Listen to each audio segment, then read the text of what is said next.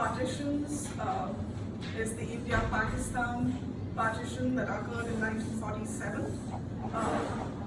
2 million died, 15 million were either dispersed or displaced. People still carry the scars. While this is about the partition, it's about anybody who carries a home or origins within us and travels back and wants to travel back at any point in time. This is inspired by my father traveling back to Pakistan. I belong to India. This is about my father traveling back to Pakistan. He was probably 3 years old when the partition occurred, and he traveled back many, many, many years afterwards because he always wanted to go back to his ancestral home. So that's what this poem is inspired by.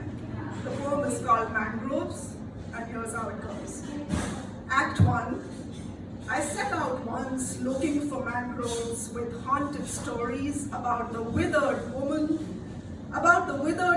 with feet that turned inwards, the mangroves with secret spells hovering over lampposts, the mangroves where boys scuffled and where men gathered to grope for survival, the mangroves that displaced the rotten smell of burning flesh as each canopy collapsed into Asian pines.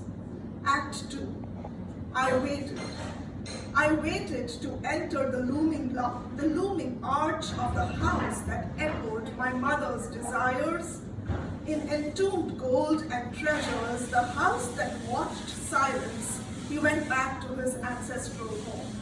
The house that watched silence, the gates that creaked, each howling ground, recollecting a plea, wretchedness of bruised bodies and naked shadows still lingering behind its walls. Act 3, I walked the platform again. If you know the history or would like to read it, many families from both sides of the border word is dangerous, from both sides of the borders transported on trains from one side to the other. Act 3, I walked the platform again, chugging wheels that recited memories of trains, moving like ghosts between places, transporting phantoms. The platform I walked again covered me in soot of butchered history. I lifted some soil, some scars, some sketches. Act 4, I opened the tall gates and entered against my will into the portico to my beginnings.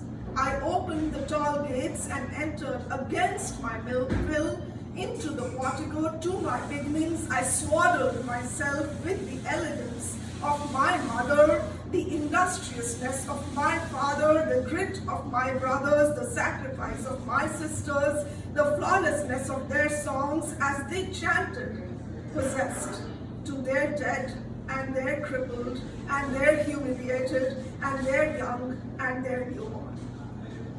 Act 5, I bow in thankfulness and accept the warm tree served by the house lady on the veranda.